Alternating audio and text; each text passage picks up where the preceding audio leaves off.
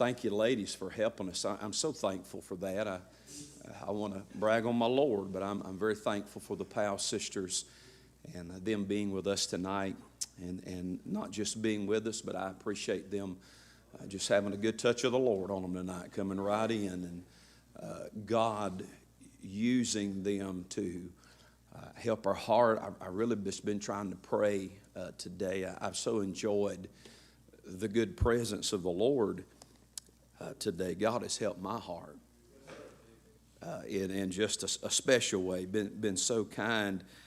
I don't really know. I do have something that I'd like to share with you. I'm not going to really even try to preach, Brother Carl. I believe I'll probably be just right here at this microphone to just try to describe what's in my heart and try to tell my Lord thank you for His goodness in our direction.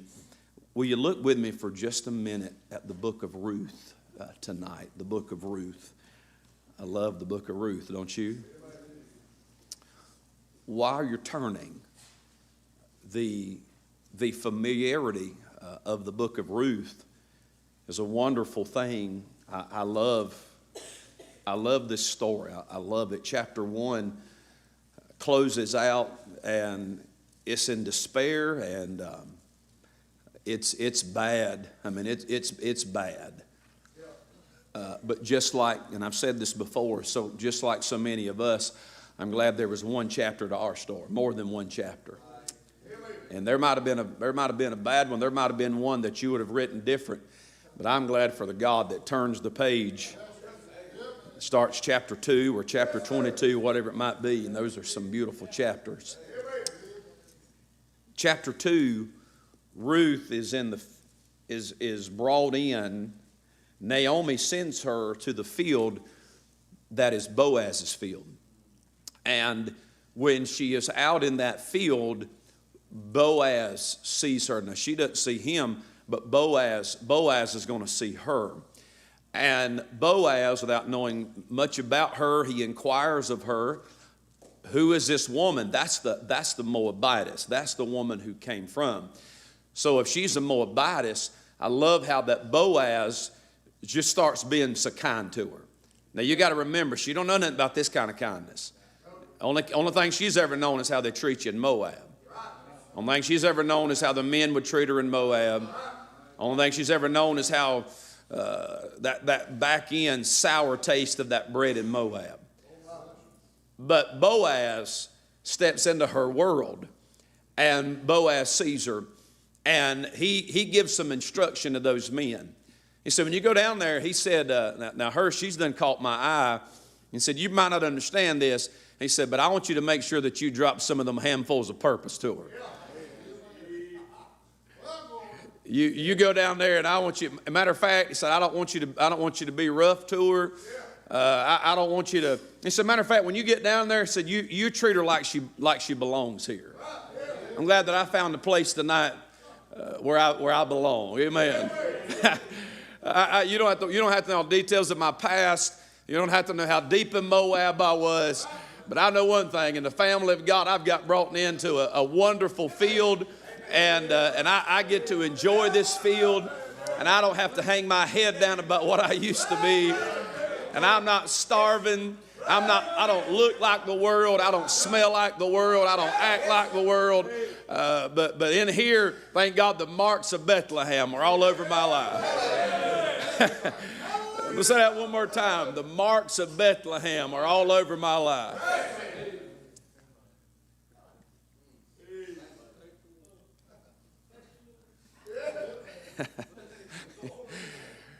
Naomi, she gets back to Naomi, and Naomi starts trying to tell her. Now, I know I'm paraphrasing, but you just got to hang in here for just a minute.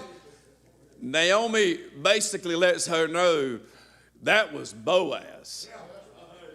She says, Naomi, you on the little end of something big. You don't even realize how big what just happened to you is. Has anybody else had anything happen to you that you didn't realize how big it was? But it's big. It ain't changed. It ain't no different, but it's bigger today than it was the first day. Does that happen to anybody else?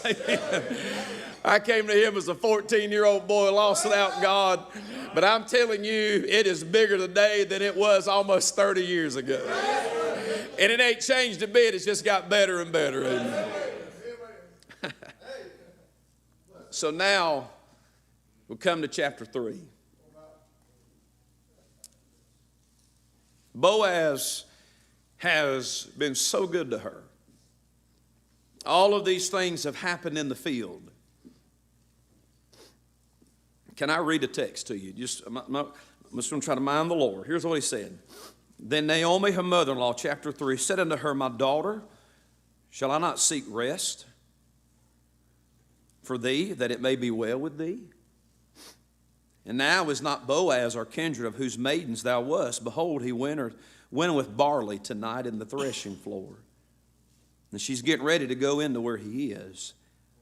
And before she goes in, wash thyself therefore. She goes in and she gets clean. And she's fixing to go into that private place.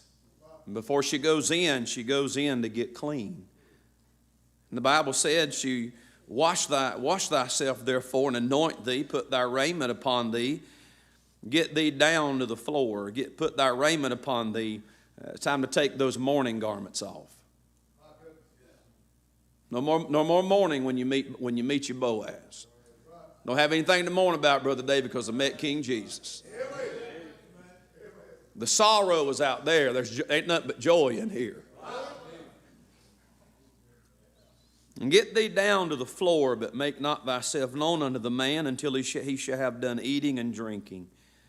And it shall be, when he lieth down, that thou shalt mark the place where he shall lie. Some unusual instructions. And thou shalt go in and uncover his feet and lay thee down, and he will tell thee what thou shalt do. Now she's been in the field and she's gleaned from him in the field, but now she's going to that private place. She's going to go spend some time with him. And before we go spend some time with him, we need to get clean. And when it's just you and him, when it's just you and the Lord, you may have to do some unusual things and some misunderstood things. But she's got purpose. Verse 5, and he said unto her, all that thou sayest, and she said unto her, all that thou sayest unto me, what I will do. She went down to the floor and did according to all that her mother-in-law bade her. When Boaz had eaten and drunk, and his heart was merry, he went to lie down at the end of the heap of corn. And she came softly and uncovered his feet and laid her down. And came to pass at midnight that the man was afraid and turned himself, and behold, a woman lay at his feet. And he said, who art thou? And she answered, I am Ruth, thine handmaid. Spread therefore thy skirt over thine handmaid, for thou art a near kinsman. And he said, blessed be thou of the Lord, my daughter, for thou hast showed more kindness in the latter end than at the beginning, inasmuch as thou followest not young men, whether poor or rich. And now, my daughter, fear not, I will do to thee all that thou requirest, for all the city of my people doth know that thou art a virtuous woman. He hasn't asked her why she's there, but he already knows why she came. Before I ever ask my Lord my petitions and my burdens, Brother Coda, he already knows why I'm there. But when I go to him, there's faith that I'm saying, I believe that you can help me. Verse 12, and now it is true that I am thy near kinsman. Howbeit there is a kinsman nearer than I, and I love the account, he's not able. Tarry this night, it shall be in the morning, that if he will perform unto thee the part of a kinsman, well, let him do the kinsman part. But if he will not do a part of a kinsman to thee, then will I do the part of a kinsman to thee. As the Lord liveth, lie down until the morning. He said, he can't help you, but I can help you. And she lay at his feet until the morning. And she rose up before one could know another. And he said, let it not be known that a woman came into the floor. And he said, bring the veil that thou hast upon thee, and hold it. And when she held it, he measured 6 measures of barley and laid it on her, and she went into the city. Can I just draw a little dot? The Bible tells us in verse number 17 of chapter number 2, look if you will. The Bible said she gleaned in the field unto even, and beat out that she had gleaned, and it was about an ephah of barley. An ephah of barley would measure about 9 gallons of barley. She got 9 gallons in the field. But she got herself clean, and she made the effort. She humbled her little self down. And she got to his feet. And in verse 11, the Bible said that he measured 6 measures of barley. In the field, she got 9 gallons. At his feet, she got 11.5 gallons. Ruth learned that day that you can get more at his feet than you can in the field.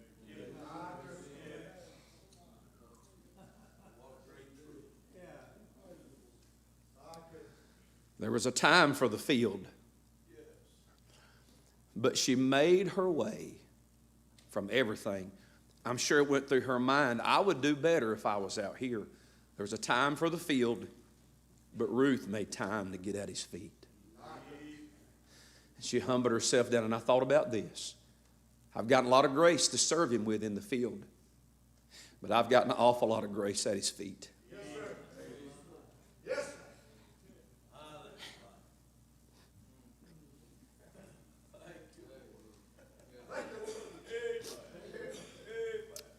I've got a lot of mercy in the field,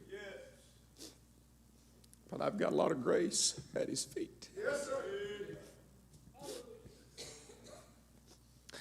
I've got a lot of strength in the field. But preacher, I've gotten a lot of strength at his feet. Yes, sir.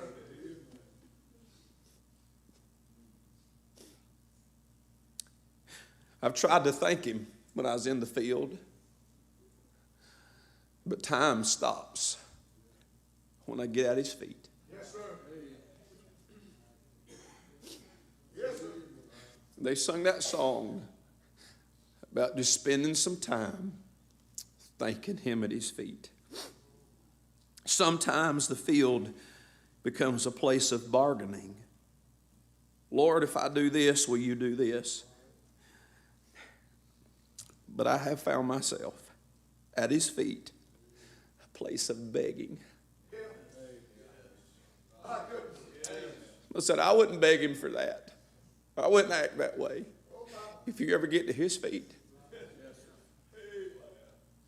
and all that facade's thrown away, could I tell you today at his feet, you can find exactly what you need. I just wonder today, he's been so close. He's opened the door. And I wonder if anybody needs to get to his feet.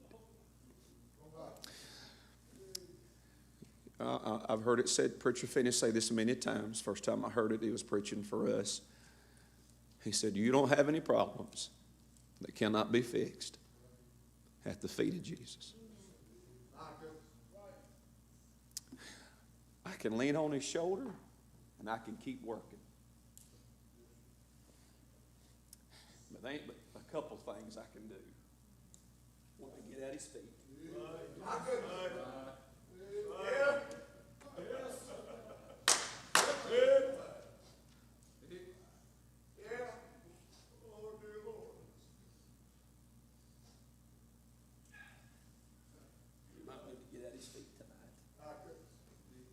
Let's stand together.